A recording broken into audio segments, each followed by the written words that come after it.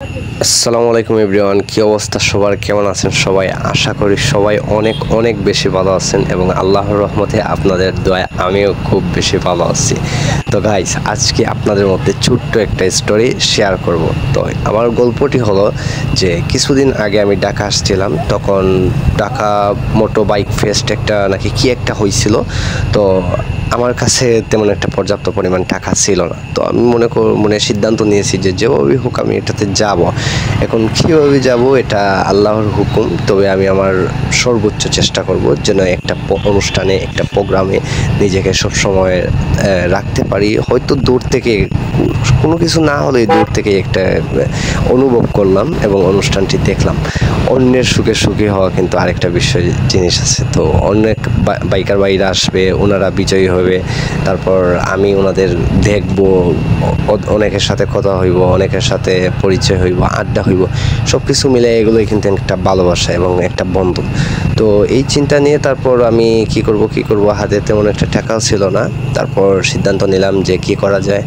তখন একটা বুদ্ধি মাথায় আসলো যে আমার কাছে তো টাকা নাই, আবার কারো কাছে টাকা পাবো না, এবং যেহেতু আমি স্টুডেন্ট, আমার কি করার আমি বুঝে উঠতে পারছিলাম না। তো দেখলাম যে আমার একটা 299 স্টেট লেট নাকি কি একটা হেলমেট ছিল।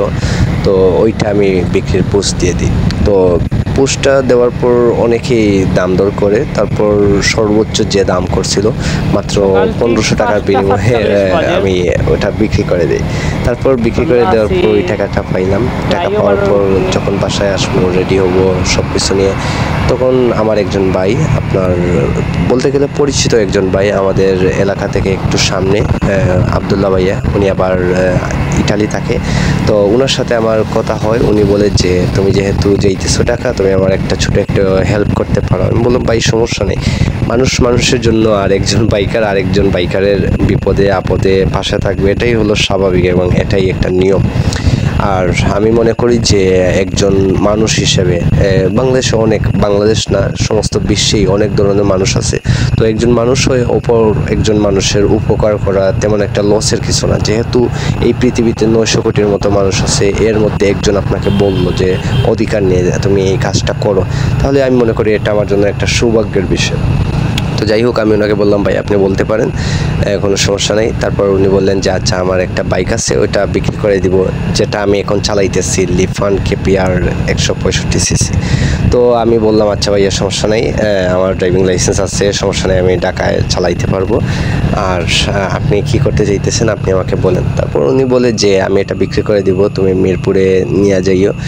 আর আমার সাথে আরেকজন আছেন, ওই যে 4B রাইডার ভাইয়া, তো উনি আমাদের জিল্লু ভাই, উনি আবার অংশগ্রহণ করতে যাইতেছেন আপনার ঢাকা মোটো ফেস্টে। তো উনাকে আমি বলছিলাম যে শুভকামনা আপনার জন্য, আপনি সিলেটের জন্য একটা সুনাম নিয়ে আসেন।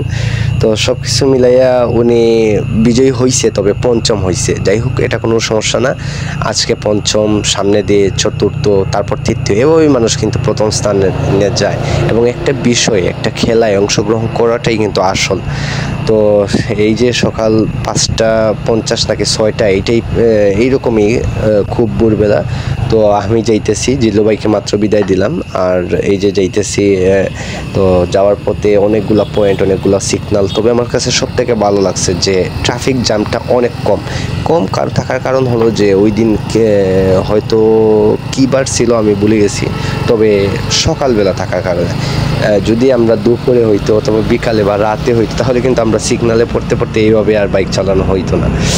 তো সব কিছু মিলিয়ে আলহামদুলিল্লাহ, আল্লাহ আমাকে অনেক ভালো রাখছেন এবং মন খারাপ কখনো হয় নাই এবং হবেও না। এবং ইনশাল্লাহ যার আল্লাহ আছেন তার সব কিছুই আছে, আর আল্লাহর উপর ভরসা করে এই সব কিছুতে যাওয়া। তারপর মনে করেন এই বাইকটা বিক্রি করার পর তুহিন চলে যায় বাসের মাধ্যমে সিলেটে, এবং আমি চলে আসি জিল্লু ভাইয়ের বাইকে করে। তারপর ভৈরবে রেস্ট নেওয়ার পর আবার সিলেটে চলে আসি। তো আজকে এই পর্যন্তই থাক, আর ইনশাল্লাহ দেখা হবে অন্য কোনো ভিডিওতে, অন্য কোনো ব্লগে।